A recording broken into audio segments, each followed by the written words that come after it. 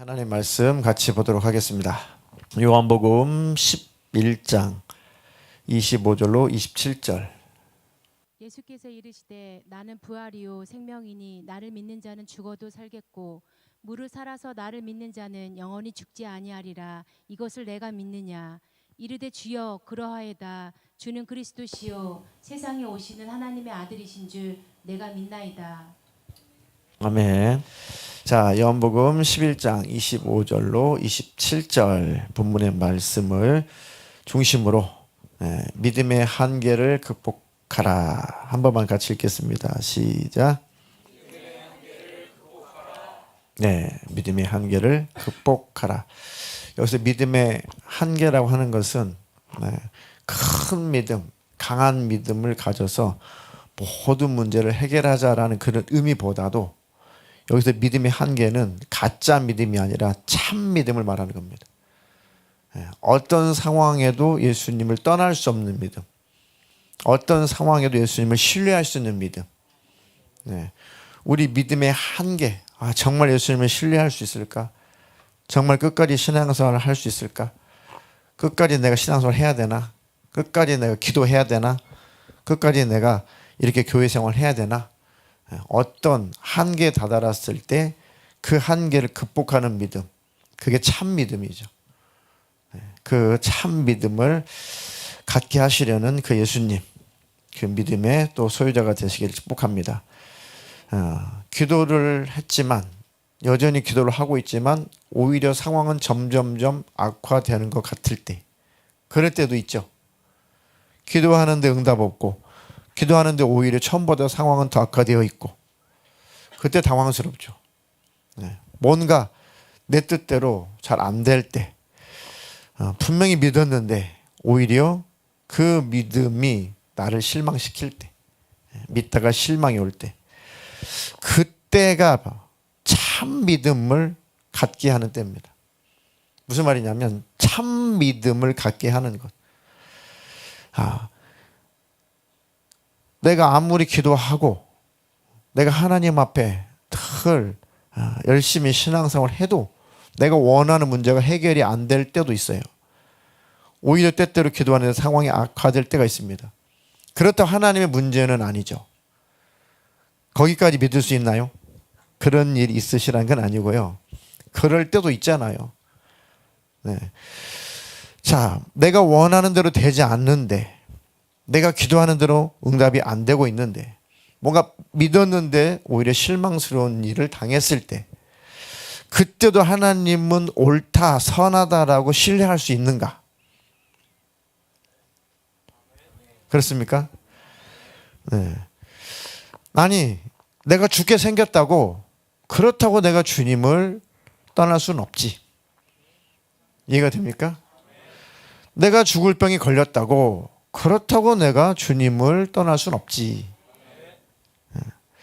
내가 뭔가 문제가 해결되기를 간절히 바랬는데, 그리고 기도했는데, 믿습니다 했는데, 그것이 내 원하는 대로 안 이루어진다고 해서 주님을 탓할 일은 아니지. 그렇다고 주님을 떠나서 내가 멸망할 일은 아니지. 그렇다고 천국과 영생을 포기할 일은 아니지. 뭐가 더 중요하냐? 진짜 그 믿음이 있냐? 진짜 영생을 목적으로, 천국을 목적으로, 주님 만날 목적으로 진짜 예수를 따르고 진짜 신앙생활을 하느냐? 그게 바로 믿음의 한계를 극복한다는 얘기입니다. 이해가 되시나요? 어떤 상황 속에서도 주님을 향한 신뢰를 저버리지 않는 것, 이게 믿음의 한계를 극복하는 것입니다. 그게 진짜 믿음이죠. 예수님께서 계속 그 믿음으로 우리를 자라나게 하시는 거고, 그 믿음을 소유하신 분도 계시고, 아직 그 믿음으로 자라나도록 예수님이 우리를 성령으로 계속 이끌어가는 그런 성도도 계시고, 지금 계속 점입 가경이에요. 요한복음에 보면은 요한은 일부러 7가지 표적을 배치를 했어요. 여러 표적이 있지만 복음서에 요한은 특별하게 7가지 표적을 쭉쭉쭉 의도적으로 배열을 했습니다. 첫 번째 표적이 뭐였습니까? 물로 포도주를 만드시는 그런 사건, 그런 표적. 그 다음에 무슨 표적을 나타내시죠? 두 번째, 유명한 표적. 뭔가 거반 죽은 누구를 살리시죠? 네, 왕의 신하의 아들이 뭐 거의 이제 죽었다라고 할 만큼 그런 예수님께서 보시지도 않았지만 벌써 말씀으로 고쳐버리시죠. 그런 표적. 또 세 번째는 그렇죠. 38년 된 그런 병자를 예수님께서 현장에서 고치시는 사건. 또요. 또 무슨 표적을 이기셨나요?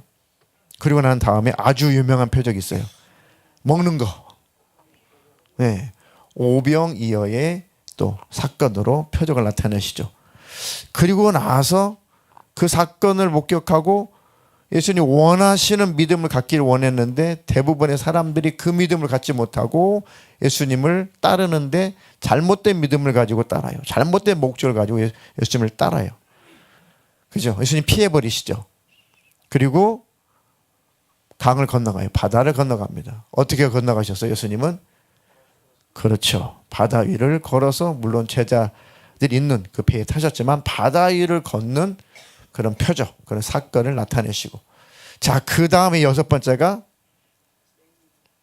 실로암이죠. 실로암. 네, 날 때부터 눈먼 사람, 맹인. 그를 예수님께서 고치시죠. 자, 그리고 마지막 절정의 표적이 요한은 지금 일곱 번째 마지막 표적을 지금 기록한 겁니다. 예수님 십자가에 달리시기 전에. 예수님 십자가에 달리기 전에 그 몇 날 며칠의 사건을 나머지 장수로 다 배회를 하고 이제 마지막 표적은 나사로를 살리시는 표적을 마지막 표적으로 요한은 기록하고 있습니다. 이게 이제 표적의 절정이죠. 표적의 최고점에 도달하죠. 예수님만 죽으시고 부활하실 분. 예수님은 죽은 자도 살리시는 분. 즉 예수님은 죽으실 뿐만 아니라 다시 살아나시는 분. 또 죽은 자를 살리실 수 있는 권세가 있고 능력이 있는 분. 미리 예수님의 죽으심과 부활까지도 다 예시를 하시죠. 다 예수님은 예표를 하시는 거죠. 은유하시는 메타포, 은유를 하시는 겁니다. 이 사건을 통해서 그 예수님의 죽으심과 부활을 미리 믿게 하시는 겁니다.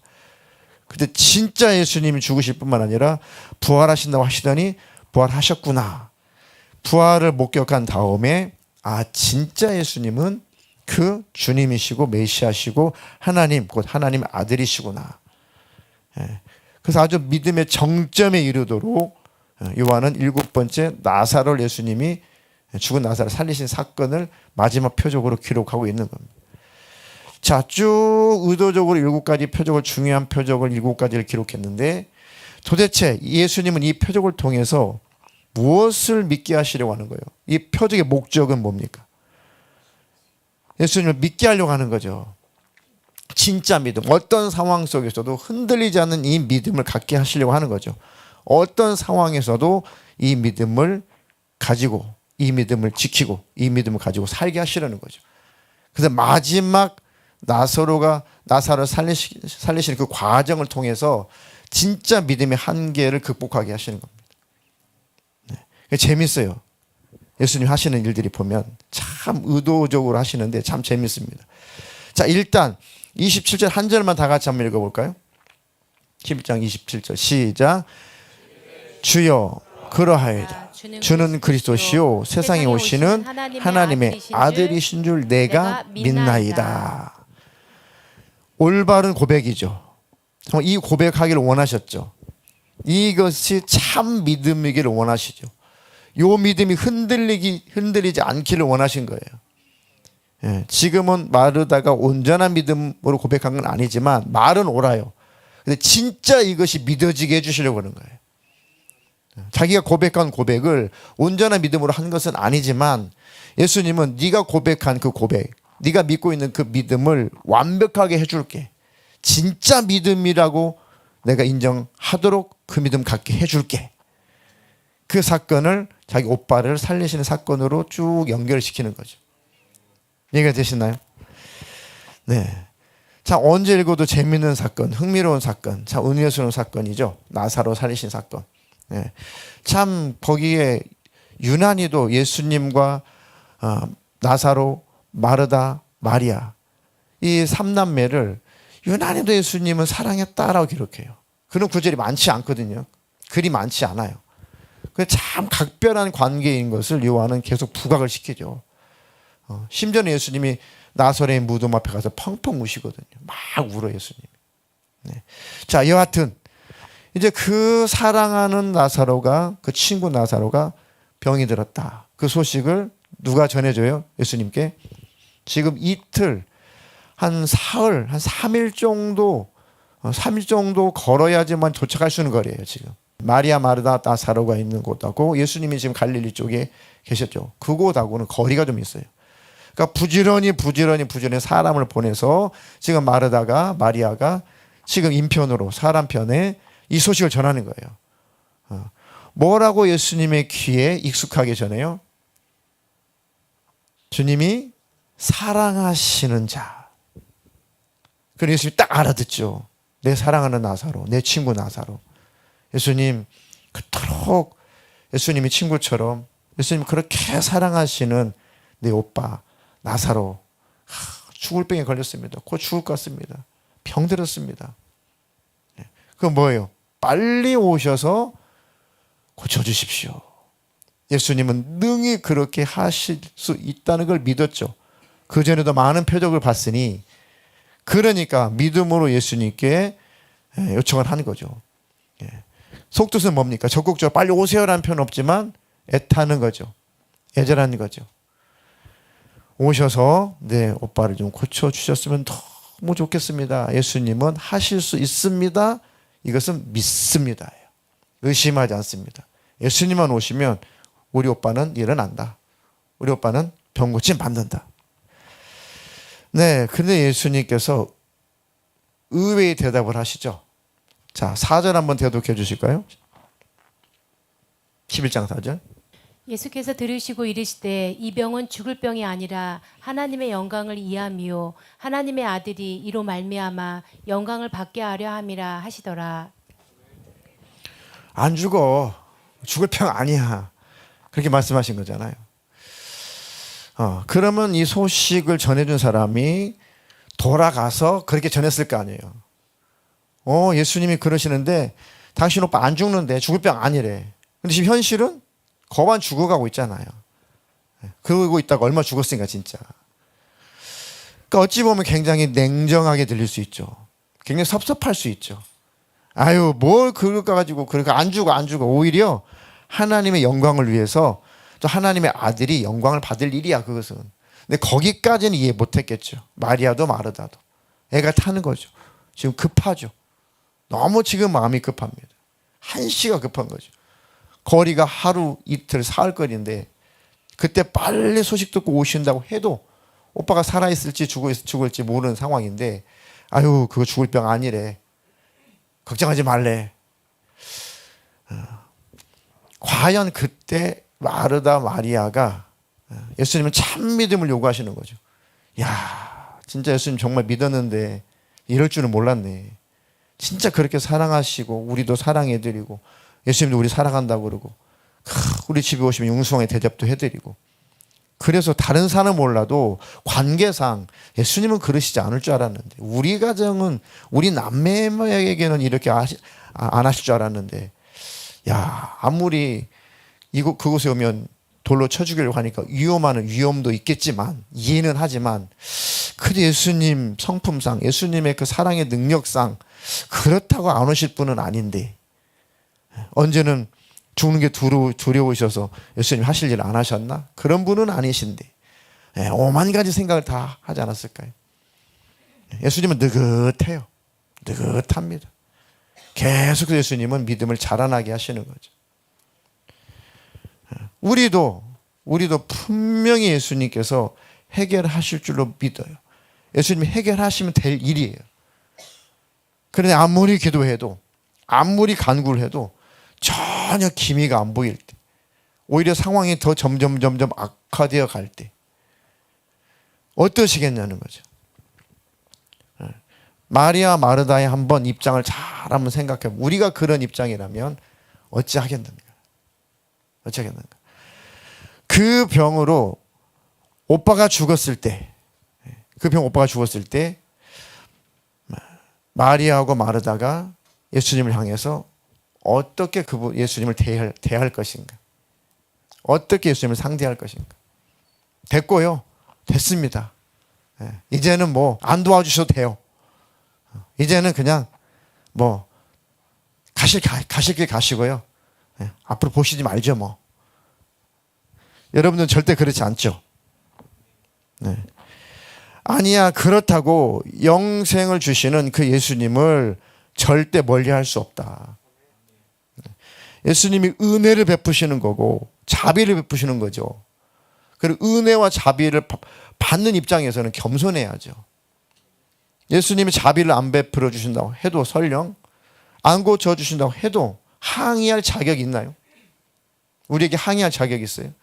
우리 뜻대로 안 되게 하신다고, 우리 뜻을 안 들어주신다고, 우리 기도에 응답 안 하신다고 예수님께 항의할 권한이 있냐고요. 그냥 응답은 은혜로 주는 거예요. 은혜로 주시는 겁니다. 구원마저도 은혜로 받는 거잖아요. 완벽해서 천국 가는 게 아니니까요. 그 은혜잖아요, 은혜. 그래서 계속 어떤 상황 속에서도 예수님을 떠날 수 없는 사람, 예수님을 버릴 수 없는 사람, 등 돌릴 수 없는 사람, 이게 바로 참 믿음이라는 얘기입니다. 이게 바로 믿음의 한계를 극복하는 겁니다. 다니엘처럼 그리 아니하실지라도 하나님을 배신할 수는 없습니다. 내가 죽음에 넘겨질지라도, 사자굴에 들어가서 짝짝 찢겨져서 죽음을 당할지라도 그곳에 하나님이 나를 건져주기를 원하시지만 사자굴에서 건져주지 않고 내가 사자의 입에 아주 찢어 발겨져서 죽을지라도 나는 그 하나님을 믿습니다. 그 하나님을 배신할 수 없습니다. 이게 믿음의 한계를 극복하는 거잖아요. 현실, 내 앞에 닥쳐있는 그 현실 때문에, 불행한 현실 때문에 그 예수님을 떠날 수 없는, 하나님을 배신할 수 없는 그 믿음의 한계를 넘어서는 거잖아요. 말세는 그 믿음이 있어야 사는 겁니다. 마지막 때는 그 믿음이 있어야 주님 만날 수가 있습니다. 어떤 시험, 어떤 환난, 어떤 어려움이 있을지라도, 어떤 유혹, 어떤 미혹이 있을지라도, 어떤 상황 속에서도 나는 주님을 놓칠 수는 없다. 이 현실이 이렇다고 해서 내가 주님을 버릴 수는 없다. 내 영혼을 포기할 수는 없다. 무엇이 더 중요하냐? 나는 예수님이 중요하다. 나는 내 영혼이 구원받는 게 중요하고 나는 천국 가는 게 중요하다. 내 현실의 문제가 내 마음대로 원하는 대로 해결되지 않는다고 해도 나는 그 예수님을 믿고 따를 것이다. 뭔가 뜻이 있으시겠지. 뭔가 계획이 있으시겠지. 내가 모르는 무엇인가 예수님의 뜻이 있고 계획이 있으시겠지. 내가 몰라서 그렇지. 그렇게 예수님을 참 믿음을 가지고 따라갈 수가 있나요? 그 믿음을 갖고 있으니까 여기까지 여러분 오셨겠죠. 네. 그런데 예수님께서 5절, 6절에 5절, 6절 이렇게 기록이 되어 있어요. 사랑해서 죽을 때까지 기다려. 사랑하니까 죽기를 바란다. 그런 내용이에요. 5절, 6절 한번 읽어주세요. 예수께서 본래 마르다와 그 동생 나사로를 사랑하시더니 나사로가 병들었다 함을 들으시고 그 계시던 곳에 이틀을 더 유하시고. 네. 자, 예수님이 본래 마르다와 그 동생 마리아를 또 나사로를 사랑하시더니, 사랑하셨기 때문에 나사로가 병들었다 함을 들으시고 그 계시던 곳에 며칠을, 이틀을 더 유하신다. 뭐지? 사랑하시기 때문에 안 갔대요. 사랑하시기 때문에 더디 간대요. 사랑하시기 때문에 죽을 때까지 기다린대요. 사랑하시기 때문에 죽기를 바란대요. 그러면 참 마르다 마리아 입장에서는 그 예수님에 대해서 어떤 마음일까? 우리가 이런 상황이라면 하나님에 대해서 어떤 마음이 들까? 그래도 하나님은 사랑이십니다라고 고백할 수 있나요? 아니, 오시면 충분히 고칠 수 있는 것, 그 능력도 있으시고 또 그렇게 확실하게 믿음이 없는 게 믿음도 갖고 있는데 굳이 죽을 때까지 안 오시고 죽고 나서야 오시고, 그런 상황일 때 그런 상황일 때 예수님 일부러 그러셨으니까요.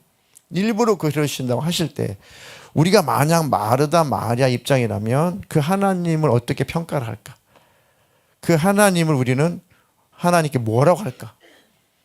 역시 하나님은 사랑이시군요 라고 자신 있게 고백이 나올 수 있을까? 사랑하셨기 때문에 죽을 때까지 기다렸대. 사랑하시기 때문에 죽기를 기다렸다.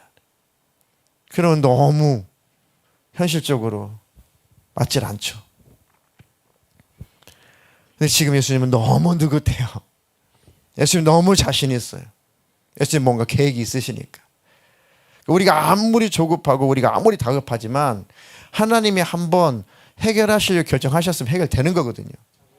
그 어간에 우리는 미치는 거예요. 미쳐 막 안달이 나고 죽겠고 막 믿어야 돼 말아야 돼.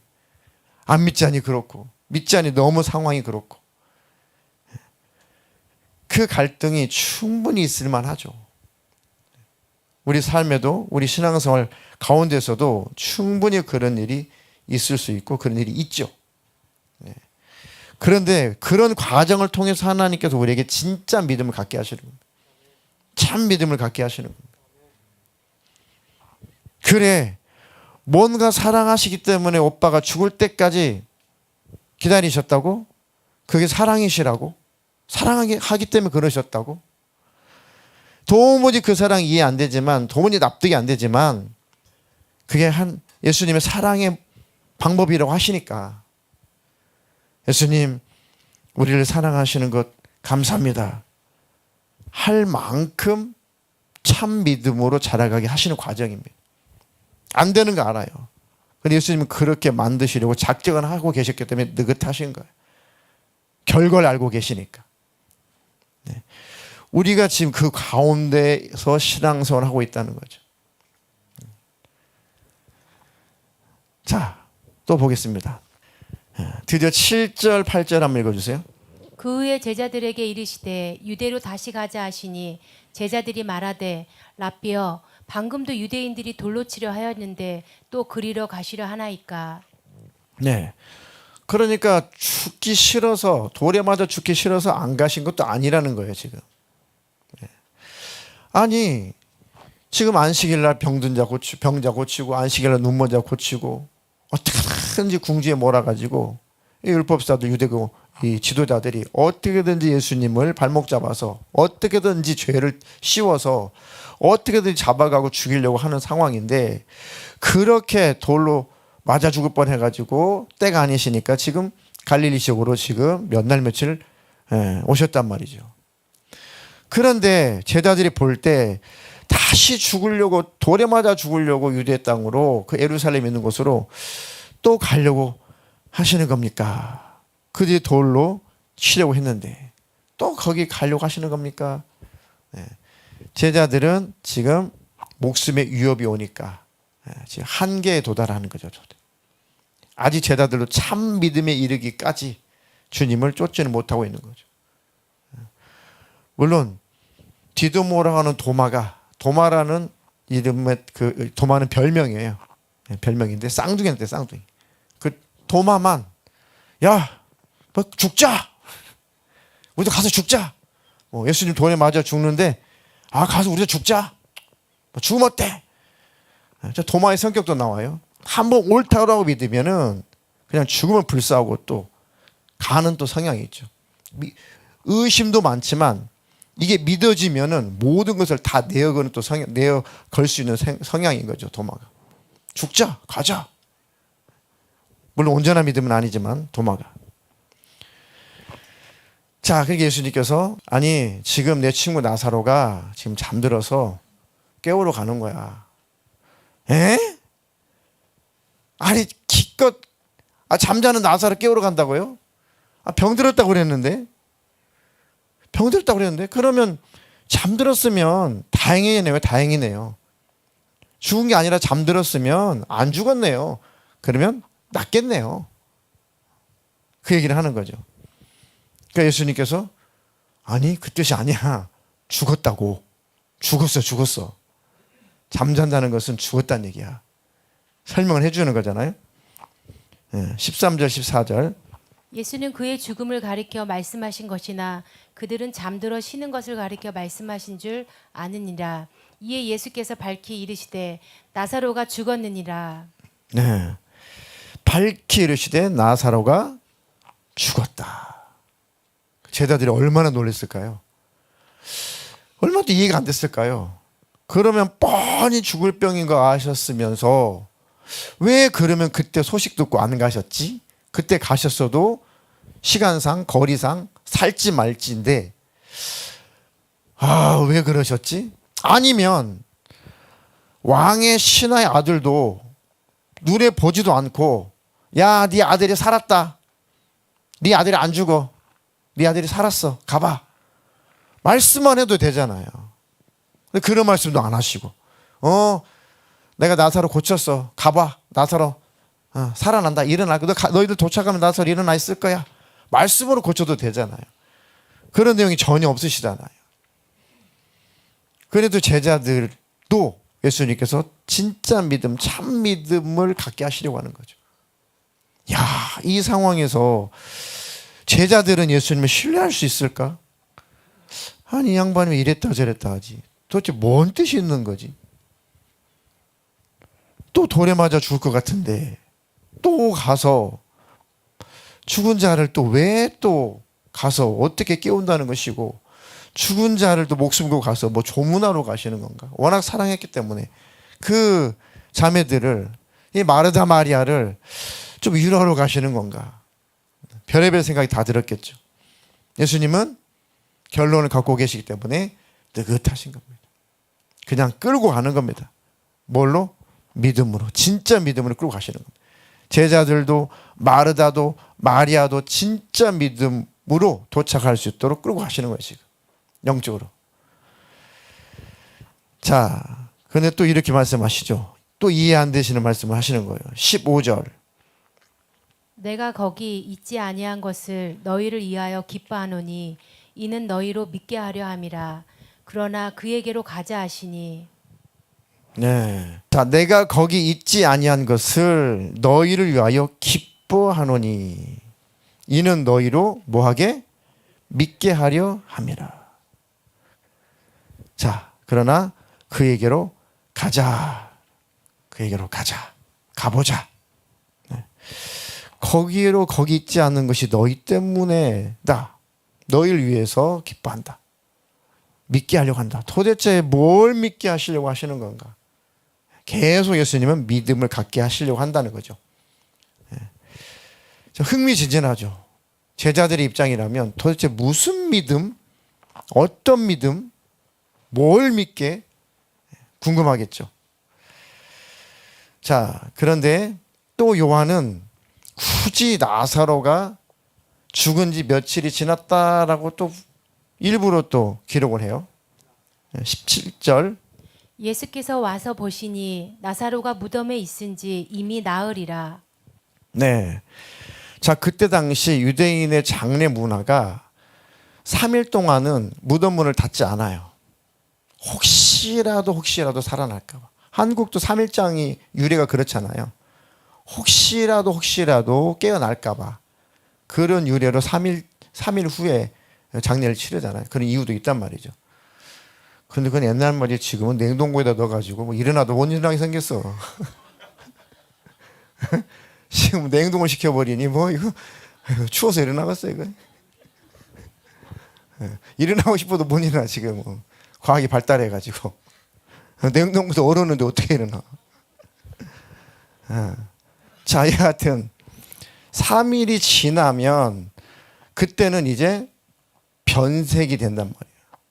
그때 냉장고도 없으니 뭐 이틀만 지나도 변색이 되잖아요. 그래도 최장 3일을 기다려주는 거예요. 무덤문을 못 닫는 거죠. 3일이면 이제 완전히 판명이 나요. 완전히 이제 피부가 변색이 돼서 이건 누가 봐도 끝이구나. 그런데 지금 나흘이 됐다는 것은 우연한 기록이 아니고 소망이 없다. 이거는 우연히 살아날 수도 없다. 이해가 되시나요? 거기다 또 뭐로 기록해요? 뒤에 나오지만 예수님 죽어서 4일이나 돼서 나흘이나 돼서 냄새가 납니다. 아주 확정 짓는 거죠. 죽음에 대해서. 진짜 죽었다. 그거를 아니면 예수님이 나오라 했는데 나왔어요. 그럼 그때 당시 문화에 의하면은 죽은 게 아니라 코마 상태에 있었구나. 근데 때마침 예수님 부르니까 때마침 깨어나서 나온 거지라고도 할 수 있죠.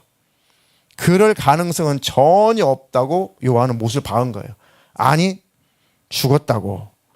예수님도 이미 선포했죠. 아니, 죽었다고. 진짜 죽었다고.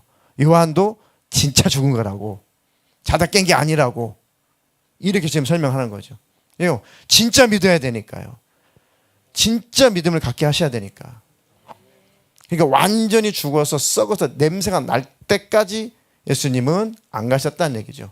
왜요? 사랑하니까. 도대체 뭔 사랑을 주시려고, 뭔 사랑을 알게 하시려고 이토록 잔인한 방법으로 예수님은 사랑을 전하시는 걸까? 우리가 그 상황이라면 어떨까? 어떤 반응을 했을까? 썩어서 지금 냄새가 나는 상황인데 이런 상황이 사랑해서 이런 상황을 허락하셨다고요? 너무 사랑하기 때문에 이런 썩은 시체 냄새를 맡게 하신다고요? 그럴 수 있죠. 충분히. 예수님 다 아세요. 그래서 예수님이 아주 극한까지 가보게 하시는 거고 거기서 반전을 일으키시는 거죠. 진짜 믿음을 갖게 하시려고. 나무라지도 않아요. 예수님이. 우리를 아시니까. 자, 23절, 24절도 읽겠습니다. 예수께서 이르시되 내 오라비가 다시 살아나리라. 마르다가 이르되 마지막 날 부활 때에는 다시 살아날 줄을 내가 아나이다. 아멘. 자, 예수께서 이르시되 네 오라비가 다시 살아날 것이다.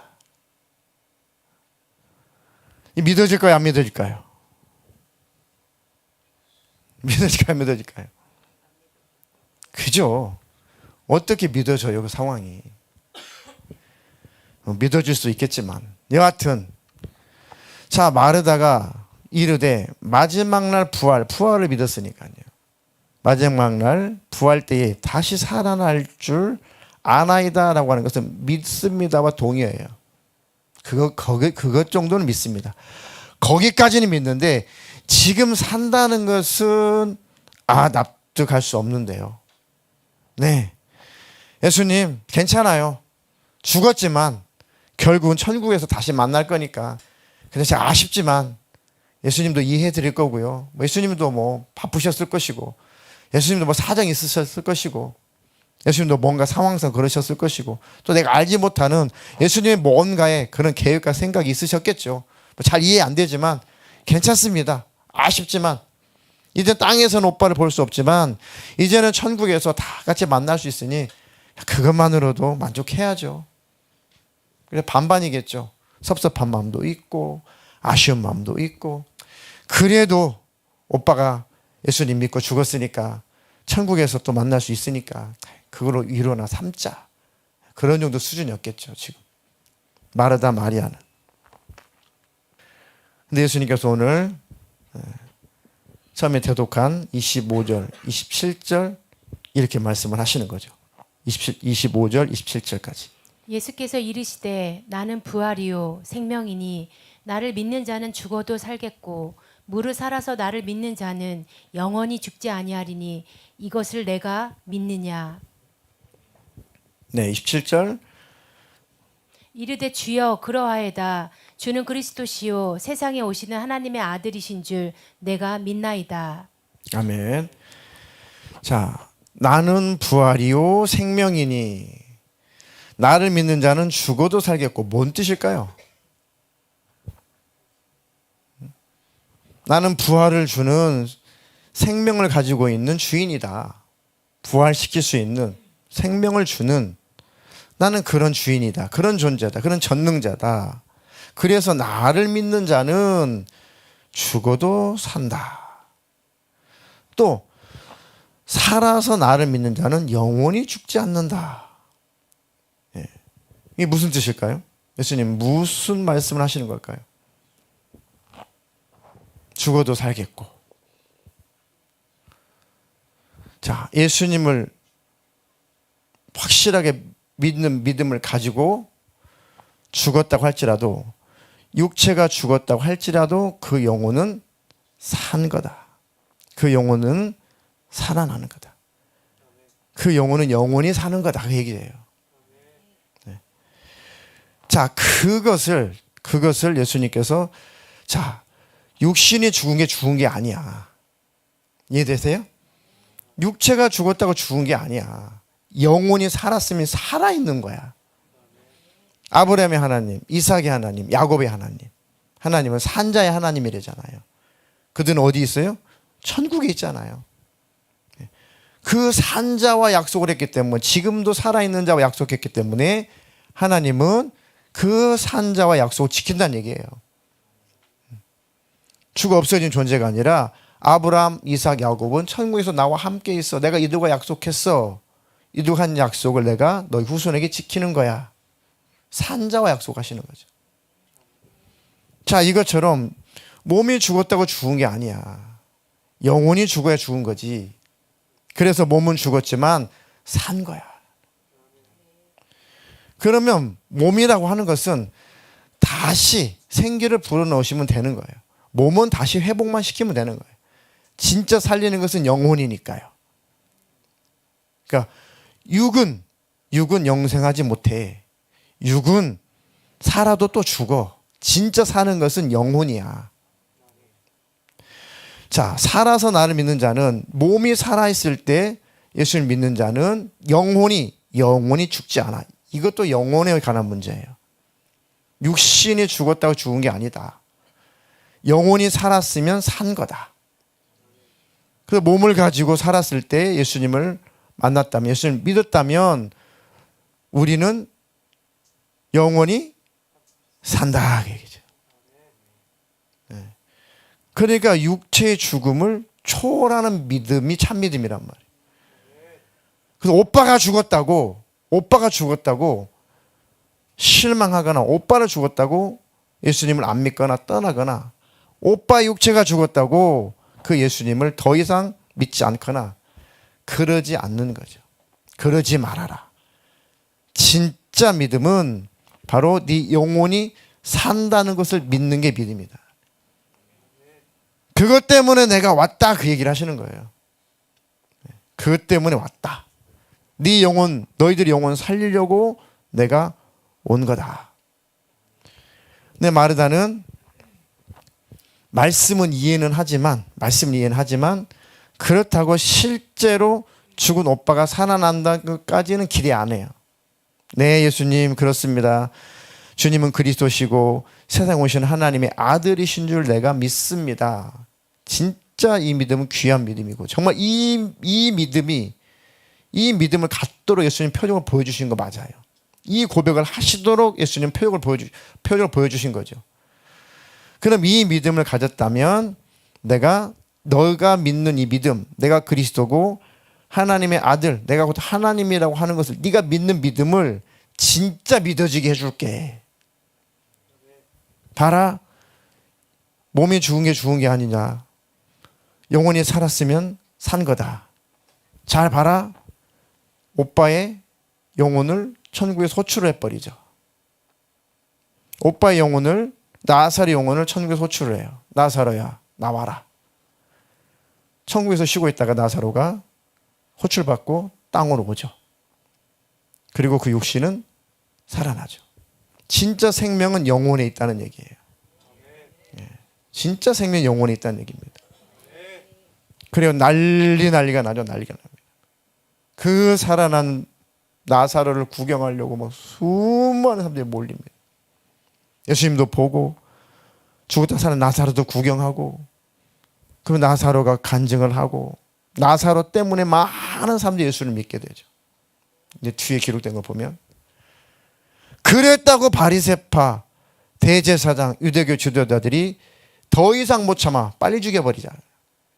야, 이거 죽은 자까지 살린 건 이건 사실인데 이거는 뭐 더 이상 지켜볼 수는 없다. 이 정도면은 우리가 끝장날 것 같다. 야, 더 이상 기다릴 필요 없이 빨리 죽여버리자. 그래서 본격적으로 예수를 죽이려고 작정을 하죠. 나사로가 살아나는 것 때문에. 극과 극이죠. 참 믿음을 갖게 하시려고 하셨는데 더 예수님을 대적하는 부류가 생기고, 참 믿음을 갖게 하시려고 하셨을 때 그 참 믿음을 소유한 사람이 생기죠. 그 뒤에 이제 사건이 쭉 나오는 내용입니다. 자, 마르다는 지금 그때 당시 그 현실적으로 자기 오빠가 무덤에서 걸어 나올 것은 꿈에도 상상 못하는 거예요. 상상하지 못할 일이죠. 예수님께서 가자, 무덤으로 가자. 조문하러 가나 보다. 예수님께서 무덤 문을 굴려놔라. 왜 문 닫았어요? 3일 지났으니까요. 썩어서 냄새 나니까 끝났다. 완전히 봉쇄를 한 거죠. 돌문을 옮겨, 돌문을 굴려라. 예수님께서 큰 소리로 나사로야 나오라. 그 오빠가 배를 동이처로 미라의 모습으로 뚜벅뚜벅 걸어 나오죠. 그래서 목격한 마르다 마리아, 그래서 목격한 제자들, 그래서 목격한 수많은 사람들. 야, 정말 예수는 그리스도시구나. 이분이 곧 하나님의 아들 구원의 주님이시구나. 이분은 죽은 자도 살리시는구나. 죽어서 나그리나 되어서 썩어서 냄새가 나는 사람도 능히 살릴 수 있는 창조자구나. 창조자구나. 그럼 예수님께서 내가 죽고 무덤에서 나올 거야 라고까지 지금 메시지를 전하시고 죽으시는 거예요. 네. 그래서 지금 예수님께서 참 믿음이 아닌 제자들, 참 믿음이 아닌 마르다 마리아에게 진짜 참 믿음을 계속 훈련시키고 참 믿음을 갖게 하시는 것까지 하시죠. 그 과정을 보세요. 정말 어떻게 사랑하신다고 하면서 안 오실 수 있지? 어떻게 일부러 고의로 죽을 때까지 안 오셨지? 어떻게 소식을 듣고도 괜찮아 하실 수 있지? 어떻게 죽기까지 기다릴 수가 있지? 거기다 사랑한다고 차라리 말씀을 하시지 말지. 사랑하니까 그랬다는 거니. 그러면서 예수님은 이들이 어떤 상황 속에서도 예수님을 믿고 신뢰할 수 있도록 만들어내시는 거죠. 네. 우리의 신앙의 여정도 똑같습니다. 우리도 그 참 믿음, 어떤 상황에서도 예수님께 등 돌릴 수 없는 믿음의 사람. 내 자식, 내 건강, 내 물질, 내 가정, 내 사업체, 이 세상의 것 내가 원하는 대로 되지 않는다고 어떻게 내 영혼을 포기할 수가 있는가? 어떻게 예수님께 등 돌릴 수가 있는가? 무엇이 더 중요한가? 마음이 조급할 때, 우리는 마음이 조급할 때 어찌할 줄을 모르죠. 그죠? 막 시급해요, 일이. 빨리 이 일이 빨리 해결돼야 돼요. 그때 막 안 하던 기도도 하게 되고, 막 조용조용히 기도하다가, 졸다가 기도하다가 막 다급한 일이 생기고, 막 시급한 일이 생기면 막 주님 앞에 막 몸부림쳐 기도를 하죠. 그런데 상황이 점점점 악화돼요. 결론적으로 내 뜻대로 안 돼버렸어요. 기도한 대로 응답이 안 됐어요. 그때도 하나님을 믿고 따를 수 있는가? 그때도 하나님은 선하시다고 할 수가 있는가? 그때도 하나님은 사랑이시다라고 고백할 수 있는가? 거기까지 참 믿음에 이르기까지 우리를 이끌어 가신다는 거죠. 그런 참 믿음이 말세에 있다면 그때는 천국은 따놓은 당상 맞아요. 들림받는 것은 따놓은 당상 맞습니다. 그 믿음이 유지가 된다면, 정말 그 믿음을 가지고 있다면, 그 믿음이 변질되지 않는다면 진짜 천국은 따놓은 당상 맞습니다. 진짜 그 믿음이 있다면 말세 어떤 상황이 벌어질지라도 영생은 따놓은 당상 맞아요. 주님이 그 믿음까지 우리가 자라가기를 바라시는 거죠. 하나님, 어떤 상황, 어떤 형편 속에서도 하나님을 믿고 따를 수 있는 참 믿음을 주십시오. 그 믿음을 내게 부어주십시오. 네. 그러니까 무엇이 가장 중요한지, 신앙의 본질, 믿음의 본질을 늘 붙들고 계십시오. 어떤 분이 그랬거든요. 정말 슬픈 사별을 했대요. 정말 사별했는데 사별한 대상이 너무 헤어지고 싶지 않은 분을 헤어졌어요. 사별을 했어요. 무슨 말로 그게 위로가 되겠냐고요. 근데 문제는 그것 때문에 주님을 떠났다는 게 이제 문제가 되는 거잖아요. 그것 때문에 주님을 떠났다. 그러니까 참 이건 누가 뭐 평가할 수 없는 거예요. 그 일을 당해보지 않은 사람은 누구도 돌 던질 사람은 없어요. 누구도 평가해서는 안 돼요. 근데 무엇을 말씀드리려 하냐면 그래서 그를 있으면 안 되겠지만 없겠지만 참 믿음까지 자라가야 된다. 진짜 믿음. 진짜 믿음이 내게 있어야 된다. 말세는 마지막 때는 주님이 오시기 전에는 정말 주님이 그 믿음에 이르기까지 우리를 자라가게 하시는 겁니다. 근데 사람이 태어나서 제일 힘든 사건이 그런 거 아니겠어요?